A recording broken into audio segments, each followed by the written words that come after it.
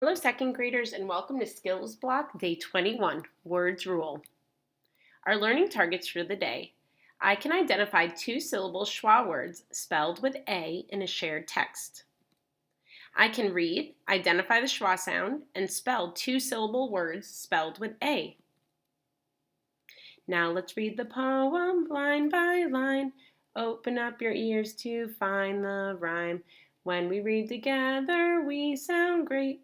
Listen up to the rhymes we make.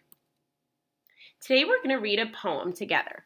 First, you're going to read along as I read. Then you'll have a minute to read it by yourself and think about the words that we read. Now let's read this poem aloud together. While we are reading, we can practice our rules of fluency so that we read smoothly, with expression, with meaning, and at just the right speed. Come along. Come along to the zoo. There's so much to see. Things to amaze, I know you'll agree. What comes from China with black and white fur? A panda, you say? Oh, yes, that's for sure. Across the way we can see lions awake. They look so regal over there by the lake. And who's from the tundra and where it always stays cold? The baby white polar bear who is just 1 year old. The otters do not like to play all alone. They're swimming around and under that stone. So many animals and so much to see. Come along to the zoo. Come along with me. Great reading. Now take a minute to read the poem to yourself while you think about words that share the same sound.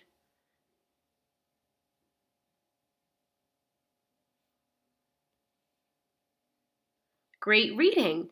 What sound did you hear in many of the words in this poem? Right, schwa words. Those are the words we will learn more about today. Now let's read the poem once more together. Come along to the zoo. There's so much to see. Things to amaze, I know you'll agree. What comes from China with black and white fur? A panda, you say? Oh, yes, that's for sure. Across the way, we can see lions awake. They look so regal over there by the lake. And who's from the tundra where it always stays cold? That baby white polar bear who is just 1 year old. The otters do not like to play all alone. They're swimming around and under that stone. So many animals and so much to see. Come along to the zoo. Come along with me. So we said that we heard some words that shared the same sound. Along, amaze, agree, China, panda, across are just some of the examples of words that shared the same schwa sound. Today, we're going to learn more about those words. Can you take a closer look, a closer look, a closer look? Can you take a closer look at these words today? Your turn. Yes, we'll take a closer look, a closer look, a closer look. Yes, we'll take a closer look to group the words today. Here are some of the words that we read in the poem that share the schwa sound. Take a minute to examine these words. So what did you notice about these words? That's right, they all have a schwa sound spelled with an A, and they are all two-syllable words. What is different about the sound made by A in these words? That's right, it's the schwa sound. It isn't the long nor short vowel sound of A. For example, yoga, instead of saying our typical A sound, we're hearing a different sound at the end. What did you discover about syllables in the schwa sounds? That words that have the schwa.